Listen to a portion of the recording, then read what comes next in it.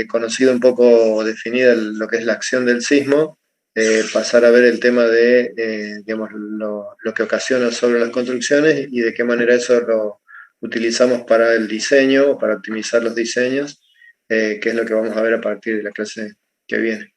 Lo que nos ocupa hoy entonces, una vez definida la temática del sismo en general, digamos, como acción y definida a partir, digamos, de lo que es más significativo, que es digamos, la sismología que se produce por la tectónica de placas y por su interacción. Lo que es muy importante, o lo que ha sido muy importante, digamos, es buscar de alguna manera la cuantificación del evento, ¿sí? Esto se ha hecho de diferentes maneras y a partir de allí han surgido lo que conocemos como escalas. Entonces lo que vamos a ver hoy son escalas diferentes que nos permiten de alguna manera calificar o cuantificar el evento. Entonces una primera escala es la escala de intensidad, que fue propuesta por un geólogo italiano, Giuseppe Mercalli, y se conoce como escala de Mercalli. Esta escala es una escala cualitativa, es decir, no nos dice mucho digamos, de manera directa, digamos, o de manera cuantitativa, sino que cualitativa, porque lo que hace la escala es estar graduada en una escala fija, va del 1 al 12, se designa generalmente con números romanos, y lo que hace la escala es definir a partir de las acciones o de lo que sucede sobre la superficie, cuantificar, calificar de alguna manera esta acción del sismo. Entonces, la escala va de grado muy débil a grado catastrófico, pasando por débil, leve, moderado, fuerte, destructivo, ruinoso, y así sucesivamente en orden de destrucción, digamos, de mayor intensidad. Entonces, un sismo muy débil es un sismo prácticamente imperceptible para la mayoría de las personas en general, y a partir de zonas, ya sea porque los edificios tienen algún movimiento, especialmente en los pisos altos, y algún pequeño movimiento que se puede advertir. En los sismos fuertes, por ejemplo, ya la mayoría de las personas lo perciben. Muchas de ellas se asustan, digamos, o causa alguna situación emocional especial que hace que traten de huir hacia algún lado. Hay daños de la parte digamos, de elementos accesorios, como puede ser la parte de vidrios. Se caen objetos, se dañan, digamos, aparecen daños leves en las estructuras. Ya en los sismos destructivos ya aparecen daños leves en las estructuras,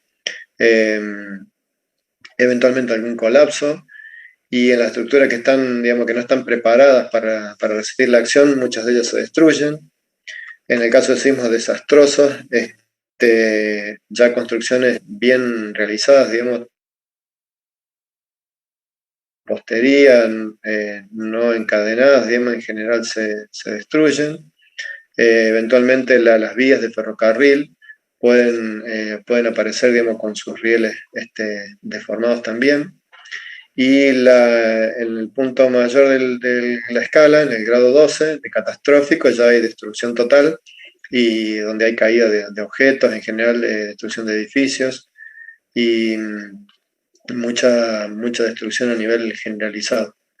Entonces, ¿cómo se realiza, digamos, cómo se califica el sismo? Bueno, una vez que sucede el evento, lo que se hace es ir al lugar y observar en función de esta escala lo que ha sucedido en ese evento, y a partir de esa observación poder, digamos, darle la calificación que corresponde al evento. ¿Qué sucede? Que determinar la intensidad en un solo punto no es demasiado importante. Lo que sí es importante es, luego de sucedido el evento, es realizar este relevamiento, digamos, en toda la zona, a partir del epicentro y en la zona próxima y en todos sus alrededores, en las ciudades próximas incluso, para ver qué efectos se han provocado. Uniendo, digamos, los efectos similares o los puntos de igual intensidad, se obtienen líneas que se conocen como isocistas y que dan de alguna manera, digamos, la idea de los daños o estos efectos que se han ido produciendo sobre la superficie a partir del epicentro. Entonces, las isocistas son líneas que unen puntos de igual intensidad producidos por un evento sísmico. Entonces, aquí, por ejemplo, en la gráfica, vemos las isocistas de un terremoto muy importante que tuvimos acá en el país, de los registros más recientes en cuanto a los sismos más importantes, que fue el terremoto de San Juan en el año 77, que también se sintió bastante acá en Córdoba, capital. Y fíjense que en el epicentro ha tenido una intensidad de grado 9, ¿sí? Y así sucesivamente, a medida que nos alejamos de este punto, acá en Córdoba, por ejemplo, se sintió con intensidad entre 6 y 5. Si vamos a la escala, 9 es ruinoso, o sea que hubo daños considerables, digamos, en muchas estructuras, en muchas construcciones. Pánico generalizado, hubo muchas pérdidas, hubo grandes daños en edificios importantes y colapsos en muchos de ellos. Entonces, esto, digamos, es muy, muy importante de determinar. Entonces, esta escala de Mercalli es una escala cualitativa porque lo que hace entonces es establecer, digamos, una función en función de los efectos que se producen sobre la superficie. Lo que nos interesa, digamos, o para los ingenieros lo que nos interesa es cuantificar de manera cuantitativa el sismo, y es así que un sismólogo estadounidense, el ingeniero Richter, allá por entre los años 30 y 40, trabajando en la zona oeste de Estados Unidos, propuso una definición de magnitud para hablar de esta parte cuantitativa de lo que produce el sismo y su relación de alguna manera con la energía liberada. Es así que Richter propone entonces este término de magnitud procediendo de la siguiente manera: relacionando la mayor amplitud de la deformación que se registra en un sismógrafo. Un poco comentamos la clase anterior y enseguida vamos a ver en más detalle.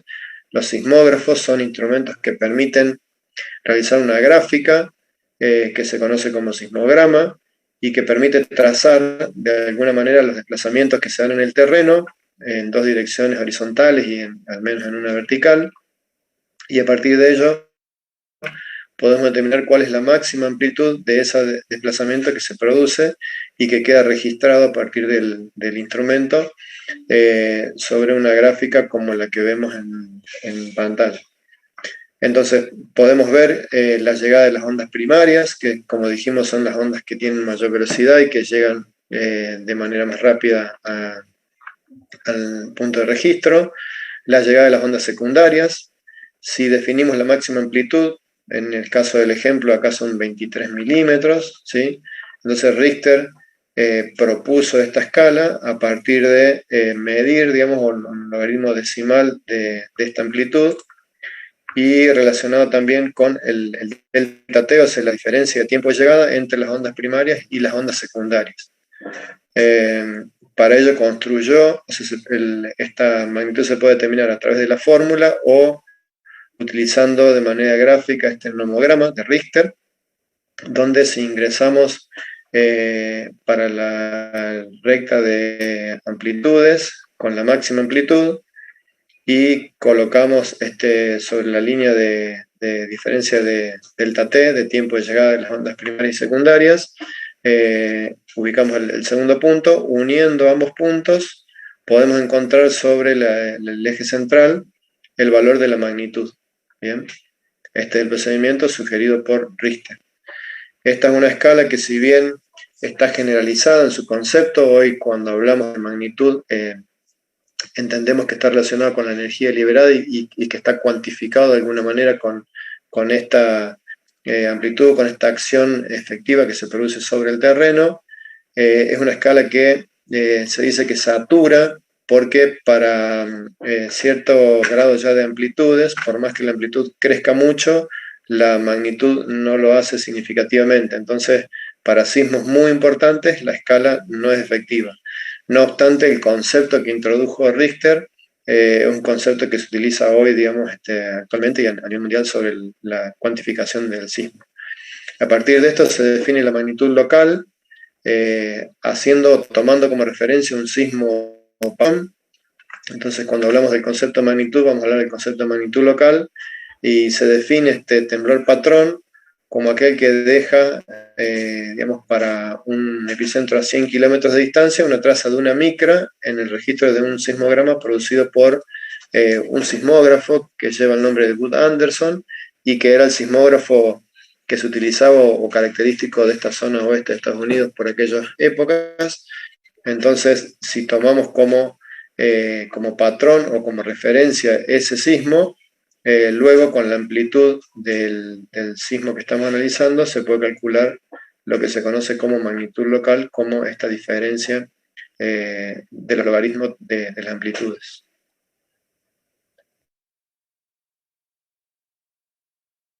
Y repasamos de nuevo el nomograma de Richter a partir de un registro sismográfico, teniendo la diferencia de velocidad, la diferencia de tiempo de llegada de las ondas entre las ondas primarias y secundarias, y midiendo la amplitud máxima que se produce en el evento, entrando a las líneas correspondientes a la escala de amplitud y a la escala de distancia, marcando estos puntos y uniendo con una recta los mismos, podemos obtener en la línea central el valor de la magnitud de Richter. Entonces, vamos a hablar ahora de este instrumental que permite tener el registro o esta cuantificación de los máximos desplazamientos, o de cómo se dan los desplazamientos en el tiempo, los desplazamientos en el terreno durante el evento. Y así que tenemos estos instrumentos que son los sismógrafos, y que un poco vamos a debatir o repasar ahora, digamos, cómo funcionan. Hay sismógrafos como el que ven acá abajo a la derecha, que registran los movimientos verticales del terreno, y hay sismógrafos que permiten registrar los movimientos horizontales, es decir, que tienen la posibilidad de moverse en uno u otro sentido. Tomemos, por ejemplo, el que registra los movimientos verticales, y esta es una pregunta para ustedes, para que interactuemos un poco.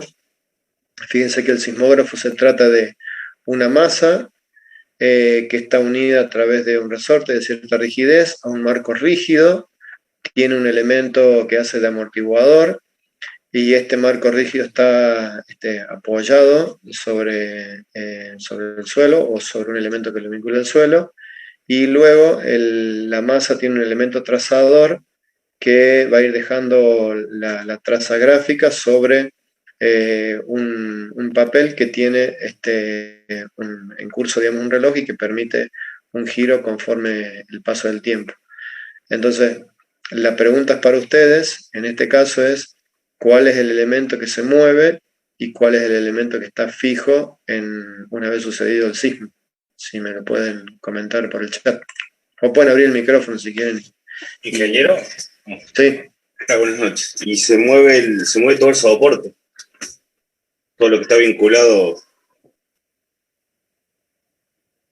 Para mí se mueve la masa. Se mueve el soporte, se mueve la masa. Uno no se mueve relativamente, porque si tenemos el elemento trazador, para que tengamos un registro, alguno se tiene que mover. ¿Cuál se mueve y cuál está quieto?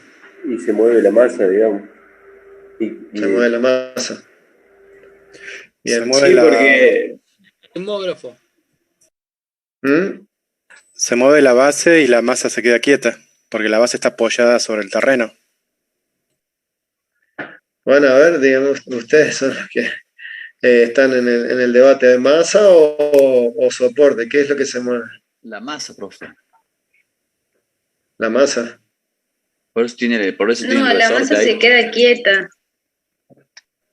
Sí, la masa se queda quieta. Se mueve todo menos la masa. Digamos. Claro, se mueve el instrumento en función de los movimientos que hay en la Tierra. Con la ley de Newton, digamos, se va a quedar quieta la masa. Fíjense lo siguiente. Lo que necesitamos, y cosa que no ha sido sencilla, digamos, poder llegar a lograrlo, lo que necesitamos es aislar de alguna manera un elemento que no se mueva con el terreno, porque si se mueve con el terreno vamos a tener, digamos, no vamos a tener referencia con respecto a qué poder graficar justamente ese movimiento. Entonces, lo que se logra con el sismógrafo es, de alguna manera, tratar de dejar aislada la masa en términos de movimiento. Fíjense que la masa está conectada a través de un resorte de una rigidez que permite, de muy baja rigidez, digamos, que permite desconectarlo de alguna manera del soporte, pero que tenga una posición de equilibrio. Entonces el soporte que está solidario al suelo o fijo a un elemento que lo esté, a través de este marco rígido, todo el soporte y el marco se va a mover con el terreno. Bien, en este caso está registrando movimientos verticales. Y lo que está quieto, de alguna manera, es la masa, ¿sí? Tiene un elemento de amortiguador para filtrar alguna parte de este pequeño movimiento que pueda tener. Por lo tanto, en este concepto lo que está quieto es la masa, ¿sí? Lo que se mueve es todo el resto. Al moverse el marco rígido y el elemento de trazado, justamente ahí es donde va a ir registrando o va quedando tomada, digamos, esta traza de lo que produce el movimiento, y a su vez el registro es en el tiempo, ¿no? Fíjense que el tambor va moviéndose a medida que pasa el tiempo.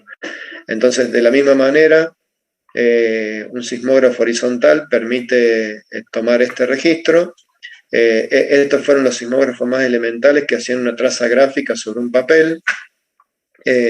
Hoy en día, digamos, con los recursos de la electrónica, ya lo que se registra es el movimiento de una masa con respecto, digamos, a un elemento de referencia, medido a través de unas corrientes que produce, digamos, este pequeño movimiento dentro de un campo magnético, y ya obtenemos un registro digital o electrónico, digamos, de este movimiento.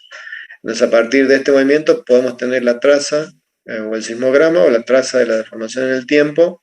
Estos son otros gráficos del sismógrafo tipo Wood-Anderson con el que trabajó Richter en su momento para la determinación de su escala de magnitud, y el trazado de ese sismograma permite obtener las amplitudes y con ello poder obtener este concepto.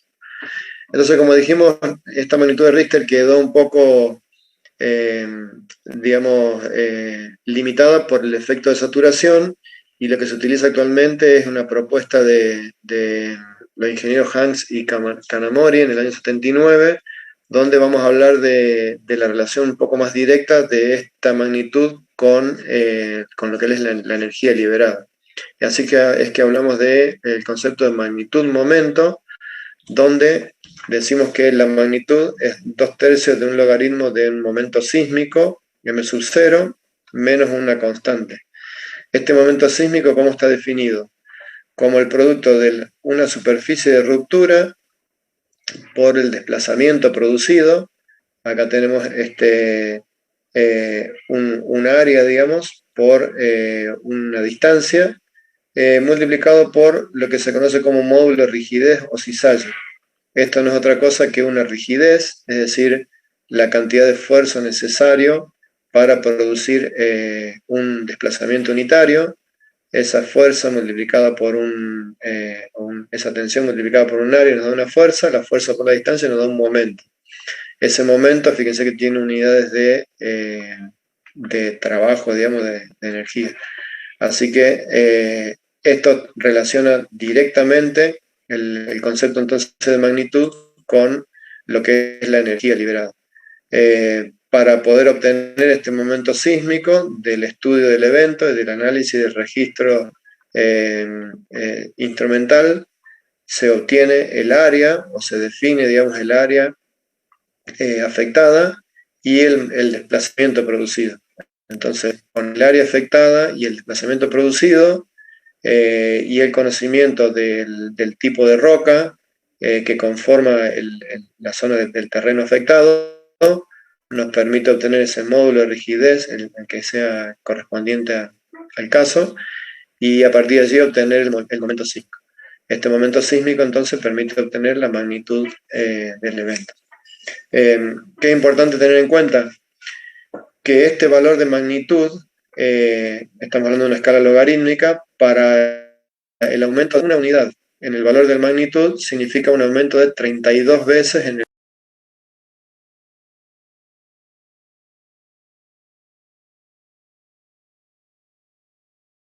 sísmico, ¿sí? ¿Y esto qué significa? Correcta el valor de magnitud, ya que una unidad de variación significa 32 veces de variación en aumento de la energía liberada. Por lo tanto, su determinación es muy importante en términos de cuantificar, digamos, correctamente el evento.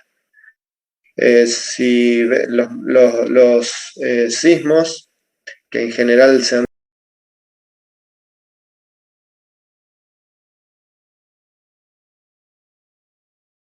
desde 1 o 2, mayor magnitud del que se tiene registro, al menos en la historia, digamos, de la que tenemos registro, se produjo en Chile en el año 60, en la ciudad de Valdivia.